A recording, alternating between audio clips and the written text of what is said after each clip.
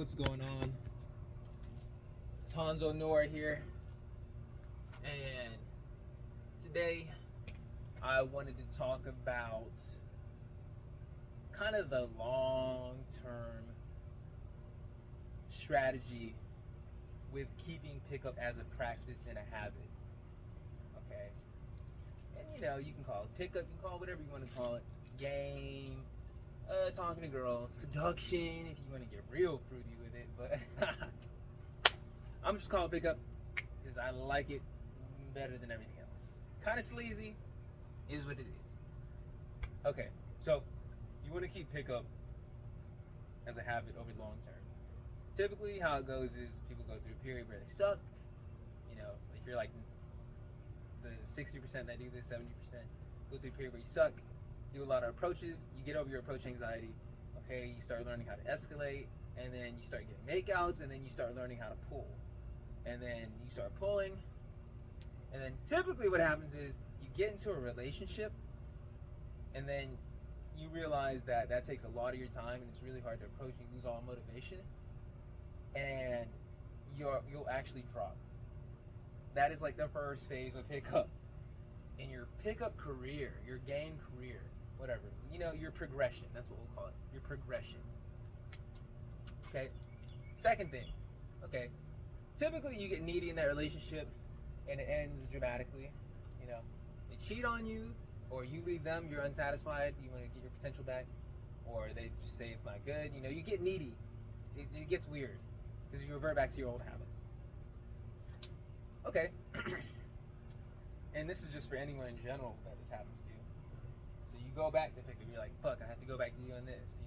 Some people go the other direction, like, this shit didn't work, man, fuck this. I wasn't able to keep the girl, but most people go back to pickup and they double down. The problem is, though, it takes longer to get good kind of the second time around, which is kind of like a pro and a con, simply because you have an ego built up on your past successes, and you think that it should be mapped out, it should be mapped out how it went the first time, when in reality, when you start from zero with pickup, this is not like a race as much as it's more like a puzzle you're trying to put together. So it's not a linear thing. This pickup is not a linear thing. There's linear aspects to it. You do approaches, yeah. You'll get good. But progression isn't linear. You can get good really fucking fast, depending on many factors, or it could take a really long time. Shouldn't take any longer than 2 years to get good. If not, call your local boot camp instructor, whatever the fuck. Hit anybody up that knows about it, and you might need some help. But if you're not good within 2 years, and like by good, I mean like not able to get a makeout in the club, and not able to pull maybe like once a month, which is like intermediate, yeah, get help. 2 years. And I mean like 2 years of like going out every night. So, take it or leave it. And like really approaching, not like jacking off at the club, just chilling, like, yeah, man, I'm doing pickup. I'm waiting for girls to talk to me. That's not pickup. Go talk to them. Go get embarrassed. Get humiliated. That's pickup. Not all the time, but at the beginning, that's what it is. Next. Okay, second phase. You do pickup. You get good again, sort of. Now you're kind of in this single mode where you're afraid to get in relationships. So, and that's kind of like the ebb and flow, right? Like, this is where you can take it for what you want. A lot of guys are really jaded after that first experience of breakup, through pickup, or whatever. That's what I want to talk about, the progression of pickup. So, what can you look forward to as the progression in pickup?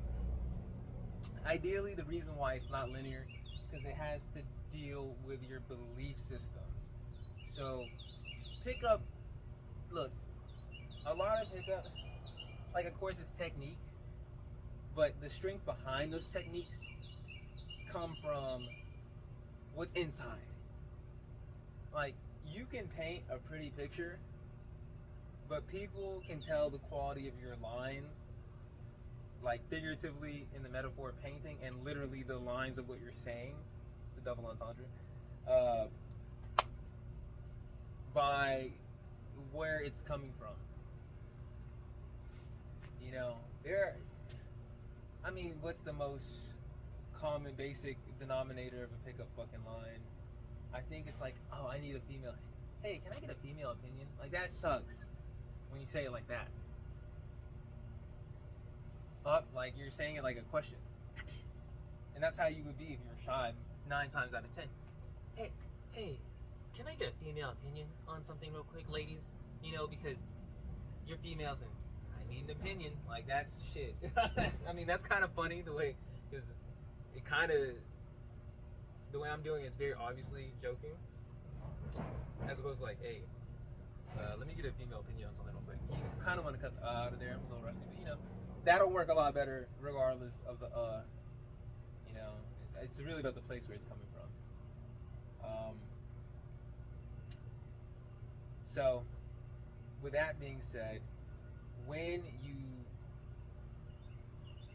figure out that it's not linear and that it's more about not maintaining a state, that's a lot of people get trapped in that too. It's not a tightrope, but it's definitely a state of mind that you gotta find and travel and remember the route to, like, and then it starts to evolve, like the state of mind that you get into when you do pickup.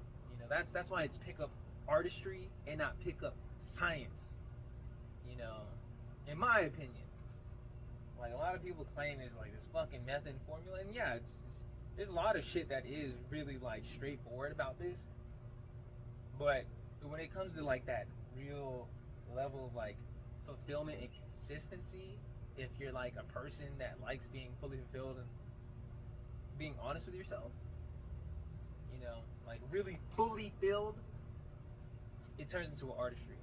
Because look, a lot of people think like a really good pickup artist like can go out, get 100%, 90%, 80% of girls. Listen, if you're approaching 20 people a night, that's 20 girls that you could potentially fuck. And maybe there's guys that claim it. I mean, I would say a good intermediate rate is like 10% of girls. You approach 10 girls on a Friday night, which is easy as fuck. That's one girl a week. That's not counting the Saturday you go out afterwards. That's 2 girls a week. If you have a 10% rate of attracting girls successfully, you know, I mean, of course they can flake, but like if you know how to really close that shit, like I think a good rate is like 30%, 50% is like godlike, obviously. So yeah, you don't want to get, it's a numbers game after a certain point. You're just increasing your percentage. And with that being said, like you really want to nurture kind of the artistry of it, because it's going to be a lot more about who. It's funny because when you start, it's a lot less about who and kind of more about how many girls you approach. And then at the end, I almost feel like it's a lot more about like the lifestyle, or it can go back to kind of like who you have, depending on like which approach you take to your pickup. Like the quality of girl or the quality of your lifestyle. So it goes from desperation to quantity to quality. That's the progression of your standards changing throughout going through as many numbers as you will go through in this journey. And when I mean numbers, you will not remember a fucking base. People will come up to you and you will not know who the fuck they are. It's good times, really is. But I don't know, maybe you will. Shit. Maybe you have an elephant brain. But really it's about kind of like the beliefs you harbor, the habits you build up. I mean, of course, it's about like who you fucking shit, but like that's gonna come and go, bro. Like that's a whole can of worms. You think you're just fucking girls, like, bro, that's great, and I encourage everyone, every dude, to have the adventures of their lifetime. But remember now, STDs and pregnancy are a thing. Some of these STDs are incurable, and if you don't have a financial situation where you could spare like extra, extra $20,000 a year on a child minimum. You don't want to be on child support.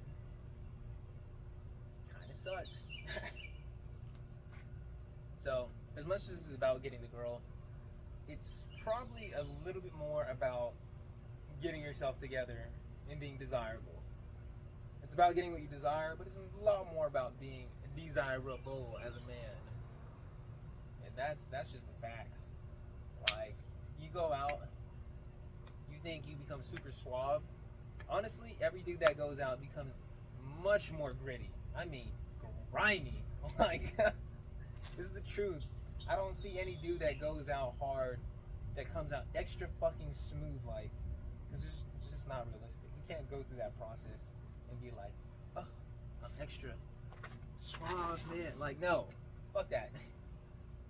You don't be like, the key is not becoming jaded and bitter, but you definitely become grittier. You definitely learn how to grit it out and just grind out fucking results if need be. How to fucking, like, some kind of Rambo shit in the club, like. And look, no one else is doing this, unless you have pickup friends. No one else is like that in the club. You'll know, because they'll point it out to you too. They'll point it out real fucking quick. You're like, dude, why are you like this? Like, but it's okay. Your reputation, you realize, isn't as real as you think it is. Like, it's real, but it's super subject to change. You know, what is it called? Social proof is king. They see you one cool person, your reputation immediately flips like a fucking coin. You could have been shit earlier. They see you one cool person, now they want something from you. That's all your reputation is what people can get from you. Not to be bitter, but it's true. So, don't even trip over that.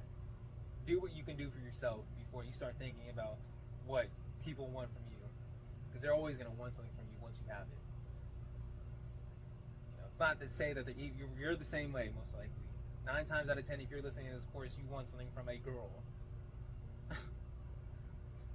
Pussy, sex, intimate, affection, validation, any one of those, you know, shit.